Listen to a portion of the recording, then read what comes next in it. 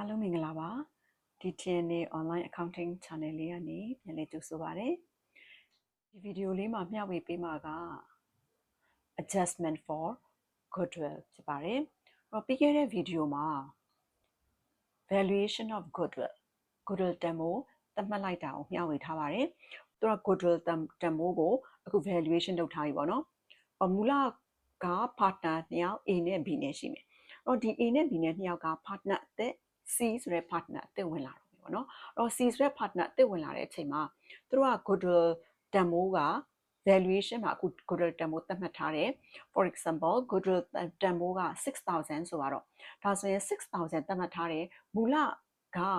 သူတို့ partner 2ယောက်ပဲရှိတဲ့အချိန်မှာ goodwill sharing ကို equally လို့သတ်မှတ်ထားတယ်ဆိုတော့เนาะဒါဆိုရင်သူက6000ဆိုရင် equally ဆိုတော့3000ပေါ့တယောက်ကိုအဲ့တော့ goodwill account ကိုသူက create လုပ်လိုက်တယ် goodwill တန်ဖိုးသတ်မှတ်လိုက်တဲ့အခါမှာ create လုပ်လိုက်တယ်အဲ့တော့ create လုပ်လိုက်တော့ goodwill တန်ဖိုးသတ်မှတ်လိုက်ပြီဆိုရင် goodwill account မှာ debit 6000 capital မှာ credit A နဲ့ B ရဲ့ capital မှာ credit ဆိုတော့ A နဲ့ B capital ရဲ့ credit မှာ3000ဖြစ်မယ်ပေါ့နော်partner အသက်ဝင်လာတဲ့အချိန်မှာသူက ratio ကလည်းအသက်ပြောင်းသွားမယ်ပြီးတော့ goodwill account ကိုသူတို့က write off ပြန်ပြီးတော့ပယ်ဖြတ်လိုက်မယ်စေးနှစ်မှာမထားတော့ဘူးဆိုလို့ရှိရင်ပယ်ဖြတ်တဲ့အခါမှာ new ratio နဲ့ပယ်ဖြတ်ပေးရတယ်အဲ့တော့ new ratio နဲ့ပယ်ဖြတ်တယ်ဆိုတဲ့အခါကျတော့ opposite ပြန်သွင်းရမှာပေါ့နော်အဲ့တော့ opposite ပြန်သွင်းတဲ့အချိန်မှာ goodwill မှာ credit ကတော့6000ပဲဒါဆိုရင် goodwill account မရှိတော့ဘူးပေါ့ခုန goodwill account create လုပ်တယ် revalue လုပ်လိုက်တယ်အခုက goodwill account ကိုgoodwill account value လုပ်လိုက်တယ်နောက် written off လုပ်လိုက်တယ်ဆိုတော့ goodwill မှာ credit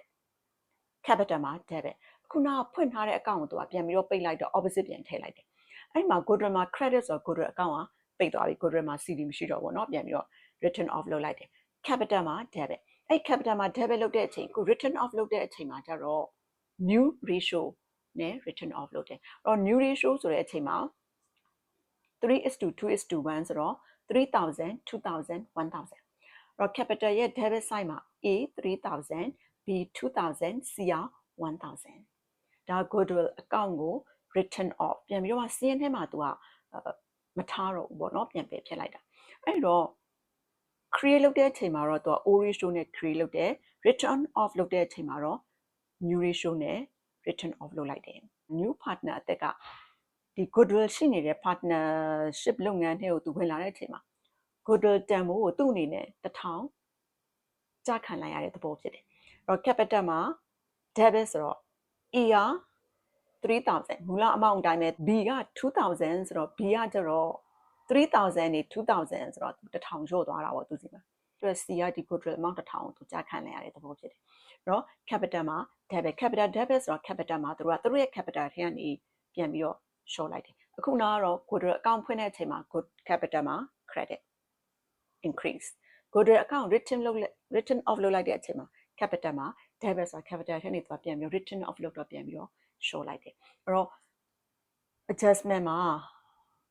old ratio နဲ့ create လုပ်တယ် written off လုပ်တဲ့အချိန်မှာ new ratio နဲ့ written off သူက goodwill account ကိုသူကမထားဘူးစင်းထဲမှာများသောအားဖြင့် goodwill account ကိုသူမထားတဲ့အချိန်မှာ written off လုပ်လိုက်တယ်အဲ့ဒီမှာ new ratio နဲ့ written off လုပ်လိုက်တယ်အဲ့တော့ adjustment for goodwill ပေါ့နော်အဲ့တော့ partner အသစ်က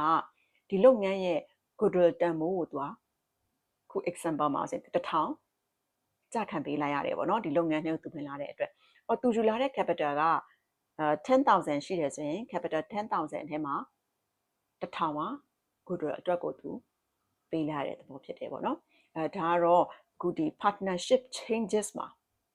နောက်ထပ်ဖြစ်လာနိုင်တဲ့ changes ပေါ့နော်နောက်ဗီဒီယိုလေးမှာကြာရင် partner retire partner တယောက်လုပ်ငန်းထဲကနေပြီးတော့မှအနားယူသွားမယ်ဆိုရင်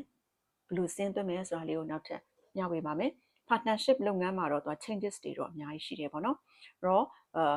ratio partner တွေအဝင်ထွက်မရှိဘဲနဲ့ ratio changes ရှိနိုင်တယ်နောက်ပိုင်ဆိုင်တဲ့ပစ္စည်းတွေကို revalue တန်ဖိုးပြန်သတ်မှတ်တယ်နောက် partner အသစ်ဝင်လာတယ် goodwill account value လုပ်တယ်ပြီးရင် written off လုပ်လိုက်တယ်ပေါ့နော်အဲ့တော့နောက်ဗီဒီယိုမှာကြာရင် retire လုပ်တဲ့အခါကြာရင်ဒီ retire partner ကိုဘယ်လိုစဉ်းသွင်းမယ်ဆိုတာလေးကိုဆက်လက်ပြီးတော့မျှဝေသွားပါမယ်